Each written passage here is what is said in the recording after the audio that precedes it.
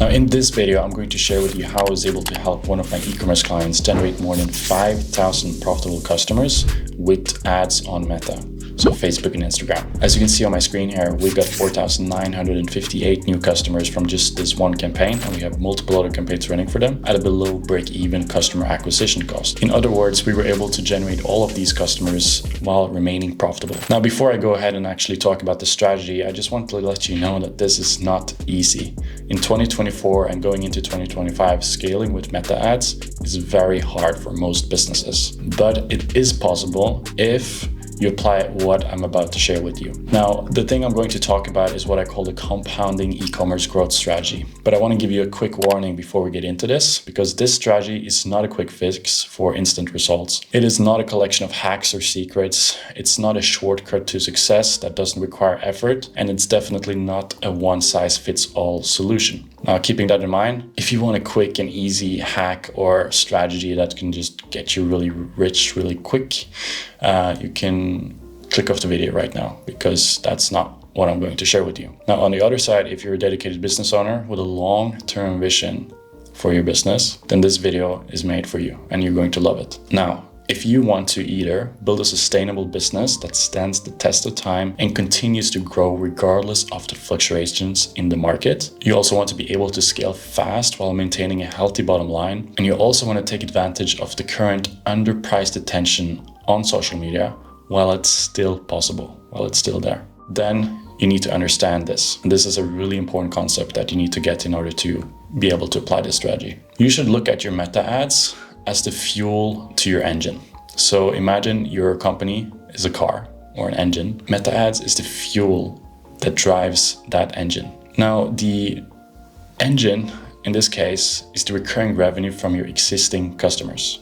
So it's the customers that continue to come back to you because they love your product or they love whatever you're selling. Now, with the same fuel, we can use the same fuel, the same type of fuel, and the same amount of fuel to go a lot faster and in a lot cooler and a much cooler way as well, by just having a better engine, and in this case also a better car, right? So same fuel, more speed. As we improve the engine, we can use the same amount of fuel. Like, we don't need to change the fuel. The fuel is fine, but we can go much faster. So my point here is that the less dependent you are on new customer revenue, the more sustainable your business will be and the faster you can scale, okay? So let's look at an example together. Let's pretend we're running a supplement subscription business, selling online, and we have about a 20% year-over-year growth. And just to make this example a little bit more easy to understand, let's say we spend about 50K per year on ad spend. So for year one, we spent 50K on ads. We generated 100K in revenue. Now, because we just started out with this business, we can assume that 80% of your revenue was new customers that came in during this year. But some of the customers that we got in the beginning of the year after we launched came back throughout the year. So about 20% of the total revenue came from existing customers, right? So 80K new customers, 20K existing customers. Let's say we have a gross margin of 60%. That means 40% is going to be costs of goods sold. So in this case, 40% is 40K. And again, we have 50K in ad spend. Now the total cost in this case is 90K. The result for this year is 10K. Now what I want you to look at here is the difference between the acquisition efficiency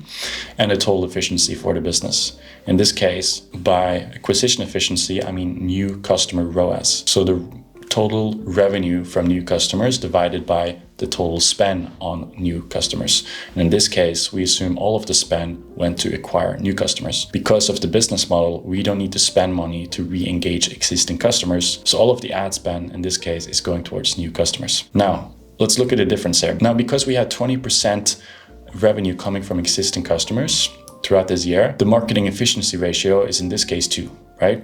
So we spent 50K, we generated a total of 100K. So for every dollar we spent, we generated $2 in revenue. So in this case, we have a 2.0 marketing efficiency ratio. Now, the point I really want to make here is that there's a difference between the new customer ROAS and the overall ROAS, or the marketing efficiency ratio. But because this is quite an early stage of the business, it's very similar. Most of the revenue in this first year is coming from new customers, so it's not that big of a difference. The difference is 0.4. Now, when we go into year 2, we have a 20% increase in total revenue, And also the distribution between new customer revenue and existing customer revenue is now 70 and 30%. So 30% is coming from existing customers because this year, even a bigger amount of customers from the first year came back. But we also continued to spend on ads. So we also had a lot more customers coming in through our paid acquisition channel, which in this case will be Meta. Now the result for this year got better. As you can see, we went from 10K to 22K and in bottom line. And of course, this is a very simplistic example. I'm not considering the fixed cost or any other cost in the business here, just to make the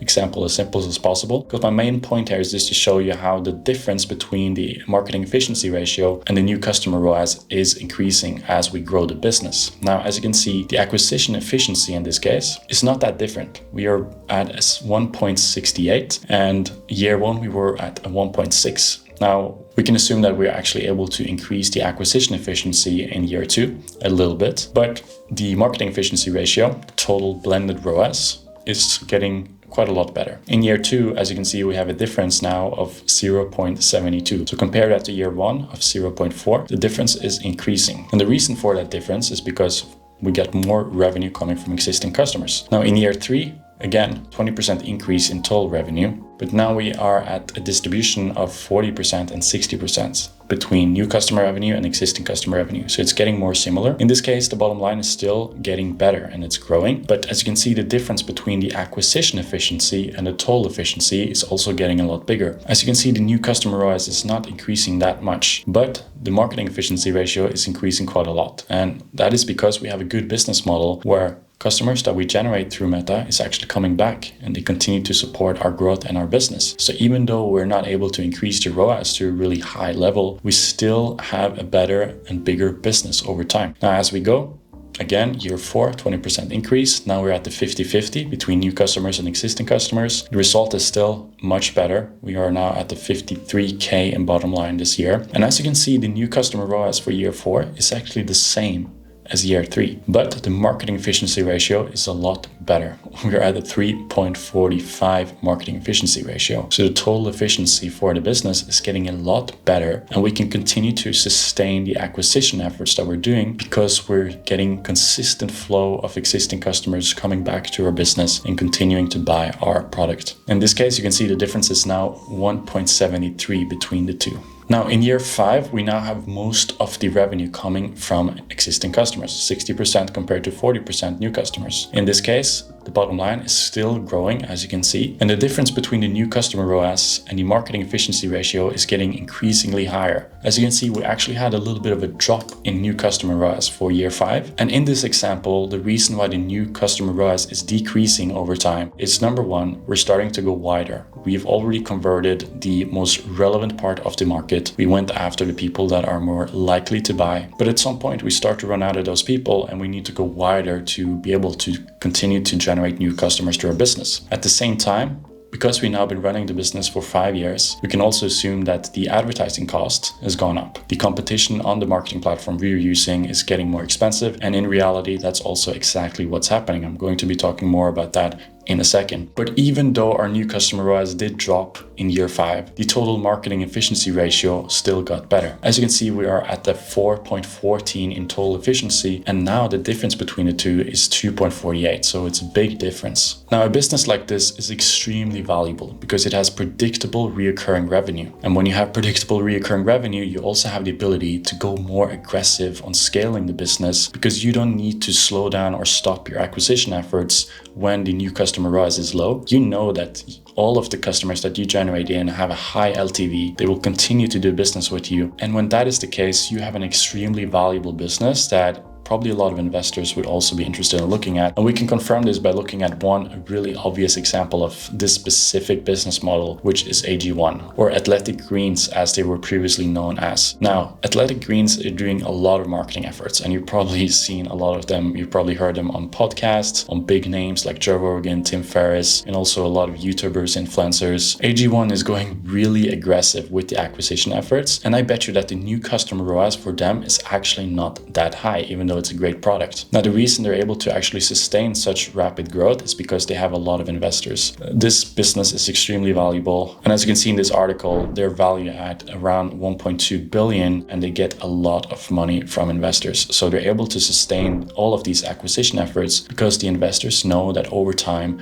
this will compound. They will have compounding growth because at some point, so much of the recurring revenue is coming from existing customers that does not require increased advertising costs to get them to come back. Now let's take a quick look at the opposite of this business model, which would be to build your business on first order revenue only. Now this is the challenge when you do this. And now I'm going to drop a quick truth bomb on you, which might be painful to listen to, but it is the truth. And this is based on my experience helping multiple different e-commerce businesses all around the world and managing multiple 7 figures in ad spend. And that is the fact that better ads will at some point not be the answer for your business anymore. So what I mean here is that if you're basing your whole business model on first order revenue only, you will at some point reach the point of diminishing returns. In other words, even if you continue to test and improve your ads and your marketing, at some point it's very likely that all the efforts that you put in improving your ads, improving your click-through rate, improving your conversion rate is just not going to give you a good return on that effort. And the reason for that is at some point when you scale your business and you increase your ad spend and you create better ads,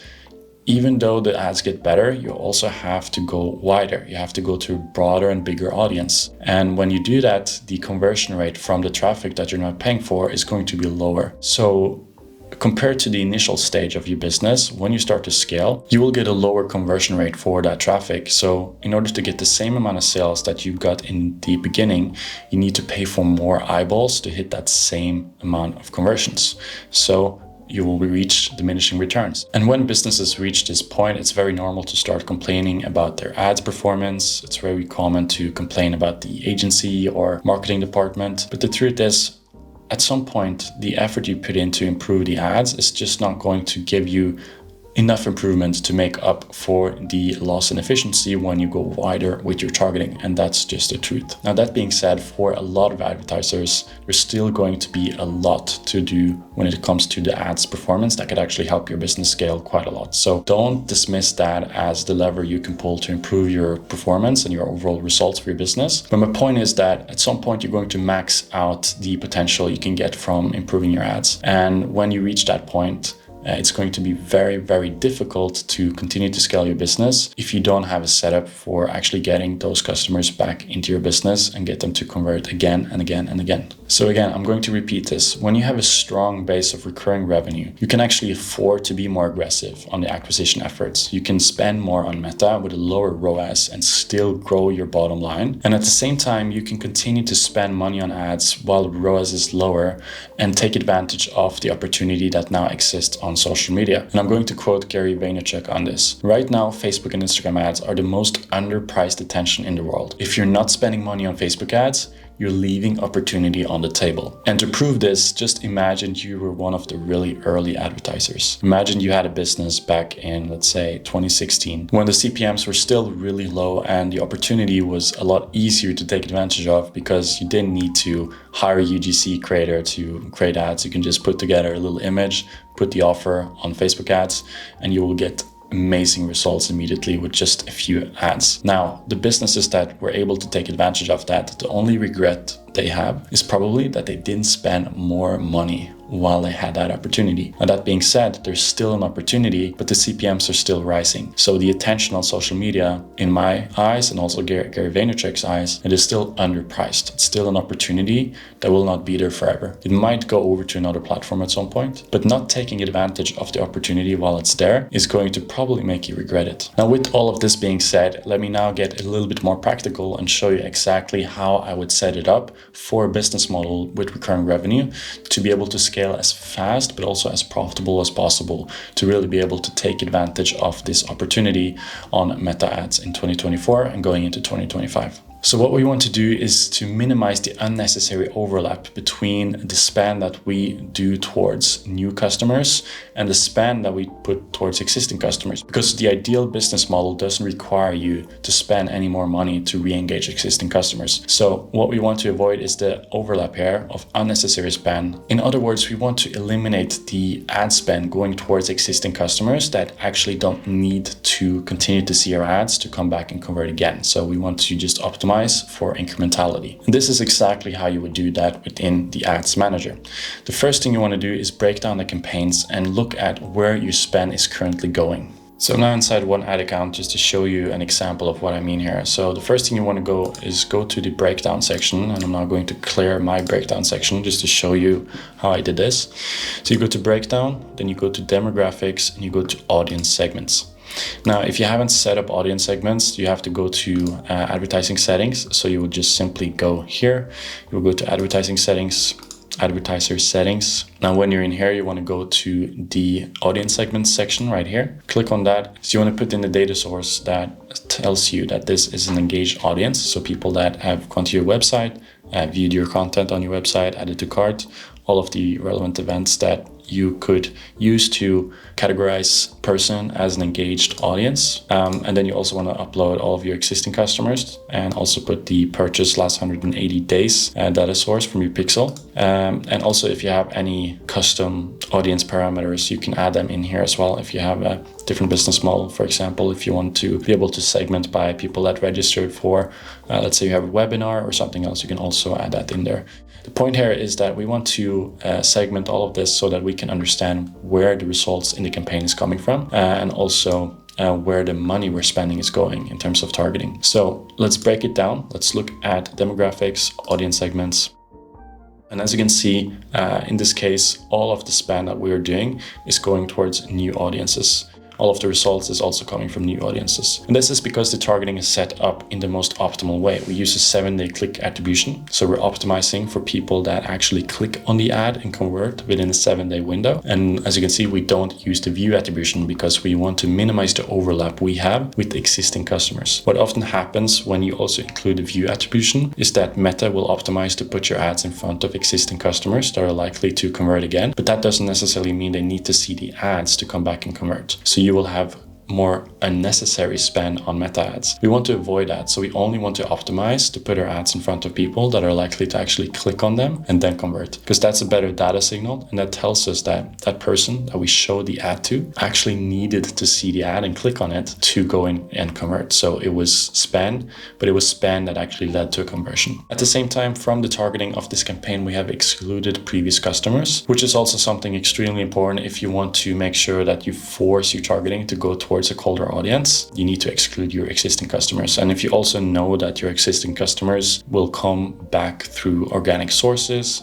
let's say SMS, email marketing, maybe you have a subscription, or maybe you have a community where people come back from, or maybe you have a loyalty program that are really effective. In that case, we just don't want to spend any money on re-engaging existing customers because we're confident they're coming back regardless for another purchase or when the subscription will be updated. Now, one really important thing that you need to understand here is that when you set up this in your ad account, you will probably see a much worse ROAS within your ads manager. And that is because you're no longer optimizing for the highest in-platform ROAS. And that's also not something you want to optimize for. You want to optimize for the best bottom line for your business. And to do that, we need to prioritize all of our marketing dollars to acquiring new customers into your business, because you know that when they become a customer, you're really good at getting them to come back. You don't want to spend unnecessary marketing dollars on showing them ads on social media when you know they're coming back regardless. We want to spend all of that money on getting new customers into our business, even if that means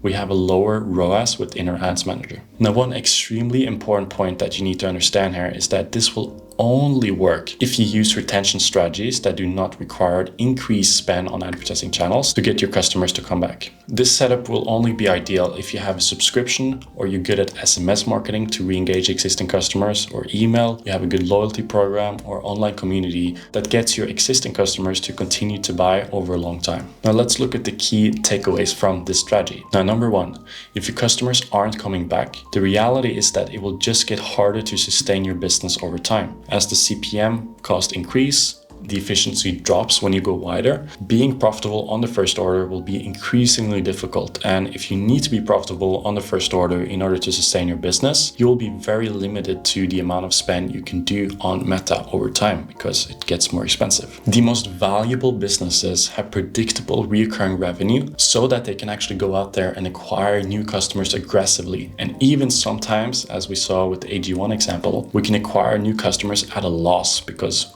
we believe that people would continue to buy our product. And in the case of AG1, they can prove to investors that the customers will continue to come back, and investors love compounding growth. And that's how they're able to sustain all of the marketing efforts they're doing. And lastly, pushing your ad spend towards generating new customers instead of focusing on existing customers will help you grow faster and more profitably. So instead of having a high ROAS in your ads manager, you want to have a better marketing efficiency overall and a better bottom line. Now, if you're an ambitious business owner and you're looking to take your business to the next level with Meta ads in 2025, you can go ahead and click the link in the description of this video and book in a call with me. And on that call, we'll look to see if we're a good match for helping you scale profitably with Meta. And if we think we're a good fit, we will provide you a free marketing audit of your current setup. So that's going to be extremely valuable for you. And if you're interested in that, you can go ahead and click the link in the description of the video. Now, thank you so much for watching. Please leave a like if you enjoyed this video. And if you have any questions to anything that I talked about in the video, please leave it in the comment section below and I'll be happy to answer you. Now, also, if you're watching this video and you've been watching maybe some of my other videos as well, but you're not yet subscribed, I will highly appreciate it if you can go ahead and hit that subscribe button. And I also think it's more likely you'll have successful business growth and you learn a lot of valuable lessons if you actually subscribe, because it's more likely you'll continue to see my videos. So please go ahead and subscribe. Again, thank you so much, and I'll see you in the next video.